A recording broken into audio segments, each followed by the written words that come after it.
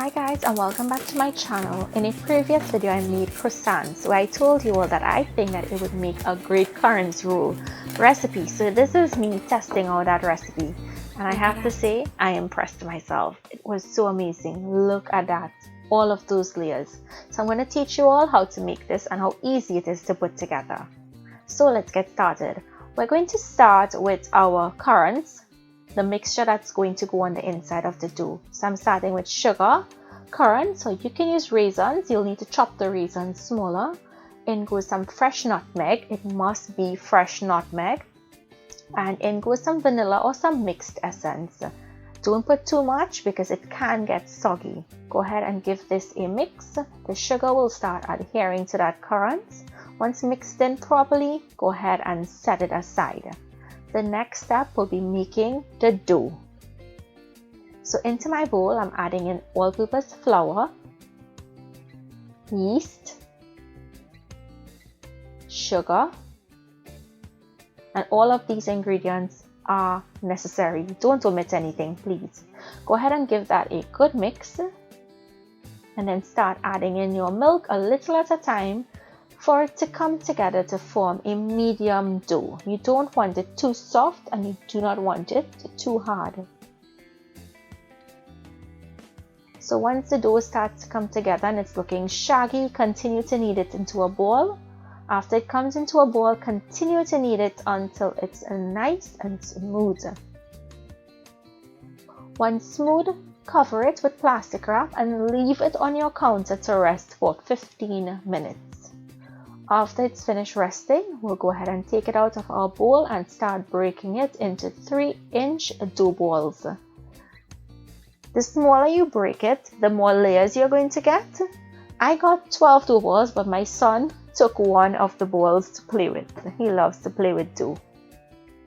So I had 11 dough balls in all, which would give me 11 layers. I'm just going to set those aside, and taking one of the dough ball, I'm going to start rolling it out into about a 1/5 inch round.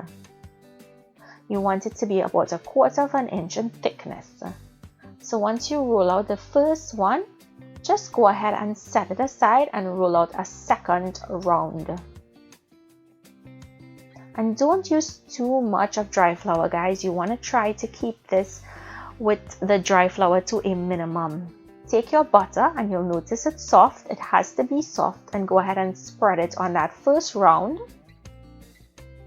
Take your first round and place it on top of that. So we're layering these rounds, and I'm going to continue doing this. And this is exactly how we make toasty roti. We layer it like this.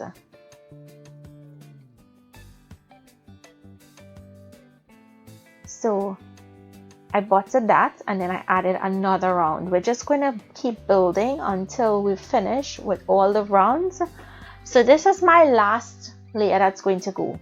I'm going to butter it, and you guys can see all of those layers are stacked one on top of the other. So when you put that last layer on, go ahead and give it a press down. And then now this needs to go into our freezer. We need to get that butter in there hard. So we're going to wrap this in plastic wrap. Make sure and wrap it really well so that it's not exposed to the air in the freezer.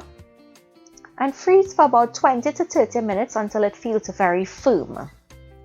After it's frozen or it's firm, we're going to take it out and we're going to lightly flour our work surface and start rolling out this. We're going to roll it into a big rectangle that's 1/4 inch in thickness.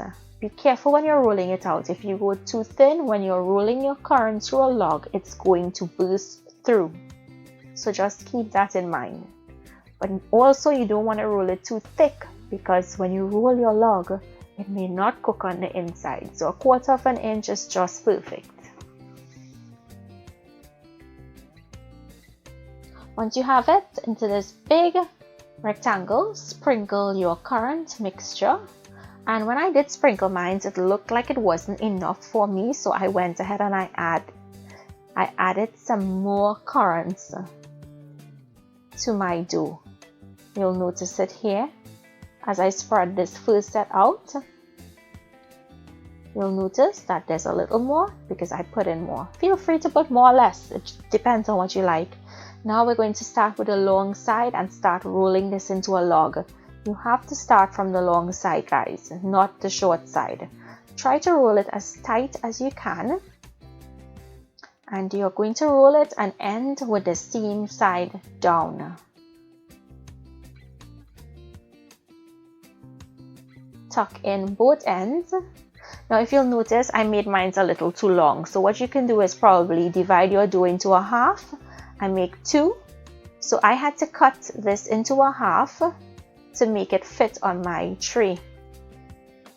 You can do this too if you wanted to, but you can also divide the dough into two. Go ahead and close in that end and do the same for the other piece.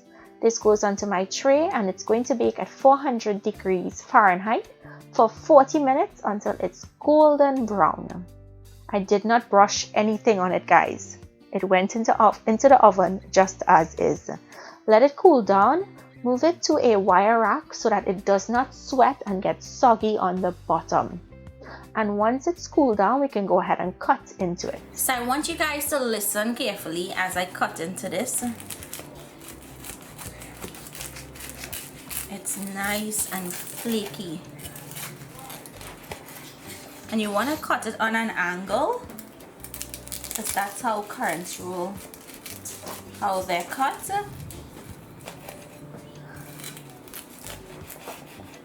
Can you guys see all that flaky goodness?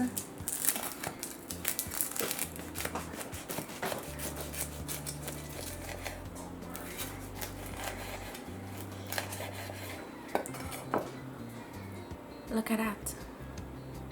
It's perfectly cooked on the inside. It's nice, light, airy, and flaky, guys. So amazing. I hope you guys enjoyed this recipe. This is my new go-to recipe and I hope you will give it a try. Thank you guys so much for joining me in the kitchen today. If you make it, comment and let me know down below what you think. Please share this video with your friends and please remember to give it a thumbs up. Thank you all for joining me today and I'll see you in my next video. Please remember to stay safe.